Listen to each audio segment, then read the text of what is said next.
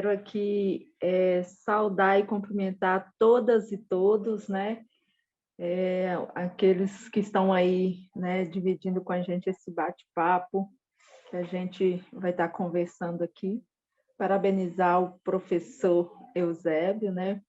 Brilhante apresentação com dados, fruto de um estudo aí muito muito acertado, né, sobre a situação da juventude e trabalho. Então, quero parabenizar.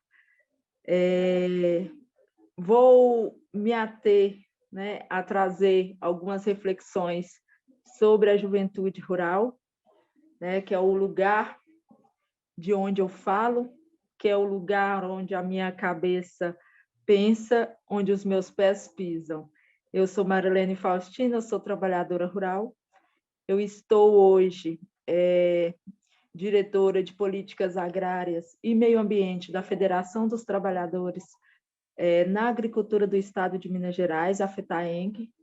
Estou também aí na Secretaria Estadual da Juventude da CTB Minas e adjunta da nossa CTB nacional. Sou filha de assentada e eu acho que o que eu vou trazer fala muito dessa realidade nossa do jovem rural, que perpassa por tudo o que essas reflexões que já foi apresentada pelo professor Eusébio, né, que foi trago. Eu acho que a questão da juventude é um processo de sociedade, né, de plano de desenvolvimento de país, e eu não consigo pensar o trabalho, juventude e trabalho, sem pensar a juventude e educação, né? Eu digo isso porque a nossa vivência no campo, que talvez seja, que também passa pelo projeto de desenvolvimento de país em curso, né? Pelo projeto de desenvolvimento que a gente tem hoje pensado para a agricultura familiar ou não pensado, né? E nesse sentido, eu quero dizer assim que primeiro nós partimos do pressuposto, né, da invisibilidade da juventude rural. Como que você pensa na situação do trabalho, da condição de trabalho da juventude rural, né, do jovem agricultor, se nós ainda não somos vistos, não somos pensados dentro das políticas públicas, dentro desse projeto, né, de desenvolvimento? Então, pensar na questão do trabalho da agricultura familiar é, de certa forma, diferenciado, né? Porque nós, primeiro a agricultura familiar, a gente está em outro regime, a gente trabalha no regime de produção, e o emprego, a renda, o trabalho, ele depende muito da estrutura que se tem, né? Ele depende de como se é pensado, né, o rural e quais as condições que nós temos para a gente poder conduzir esse trabalho. Eu falo isso porque assim vivemos nós hoje no rural, né? Quando o professor Eusébio traz essa questão da conceituação sociológica da juventude, e aí a gente fica pensando, nós dos rurais, né? Como que a gente se coloca no sentido do mercado, da posição que a gente se encontra, num contexto de desconstrução do campo, num contexto, né, tudo que hoje o que a gente vê, principalmente hoje o projeto de desenvolvimento em curso no mundo e no Brasil, é da estrangeirização das terras, é do monopólio da água, é do monopólio do minério, é do agronegócio. Então, totalmente na contramão do que nós, jovens agricultores familiares, do que a juventude rural no campo vivencia. Porque o jovem que realmente está no campo, o jovem que realmente vive na condição da agricultura familiar, ele depende do que está colocado neste lugar para que a gente possa produzir, para que a gente possa comercializar e então gerar renda. E mais interessante nisso tudo é que, assim, quando a gente pensa na juventude, eu sempre tive meu pé, né, na trajetória, no engajamento comunitário a partir do debate da juventude, comecei na Pastoral da Juventude. Então, a gente olha para esse lugar, né? Para esse lugar de vivência que a gente tem, e o que nós ainda continuamos vendo cada dia mais é o desemprego, a falta de oportunidade do jovem rural, do jovem no campo.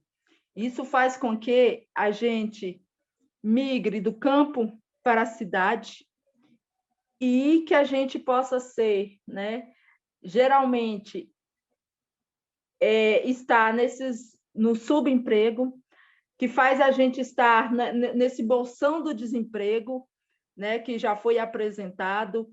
Então, nós do meio rural, a gente não tem o direito de escolher o nosso trabalho no campo, de viver no campo e escolher o nosso trabalho, porque todos os dias estamos sendo obrigados a sair do campo, porque este não tem oferecido para a gente os recursos necessários para que a gente possa trabalhar e gerar nossa renda.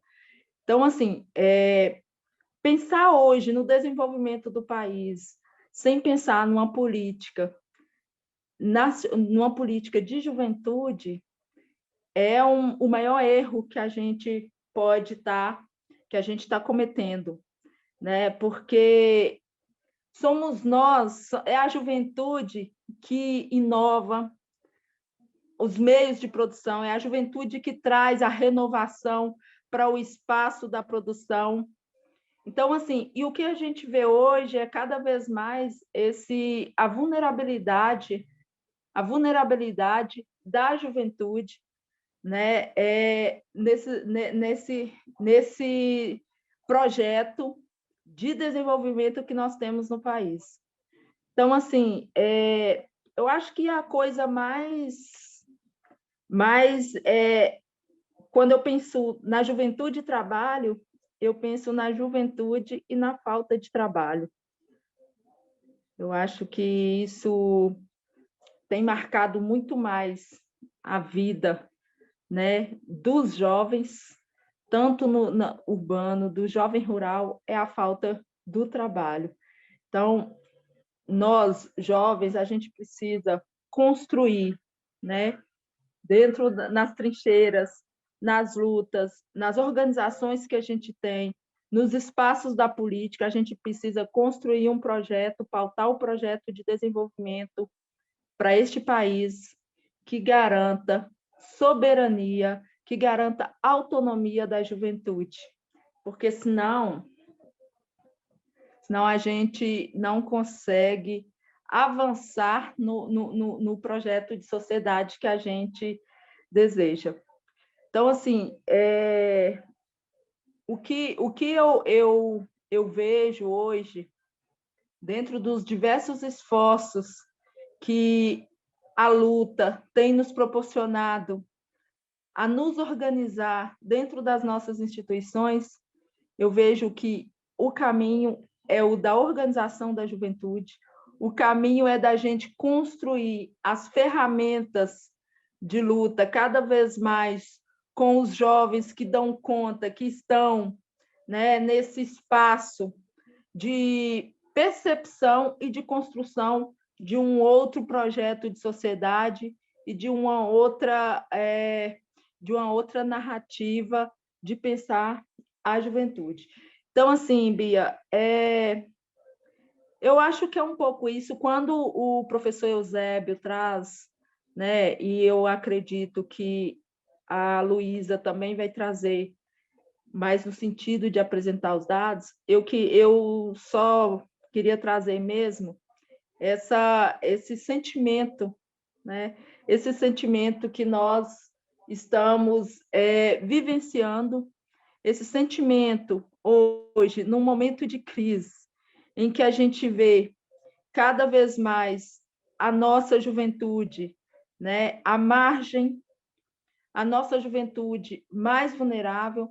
Eu só consigo pensar que a nossa luta ela é muito grande, que a nossa luta, nós precisamos todos os dias nos encorajar muito para que a gente possa fazer a resistência e a resiliência de continuar construindo e sonhando com um projeto de sociedade diferente. Eu só queria trazer um pouco isso, sabe?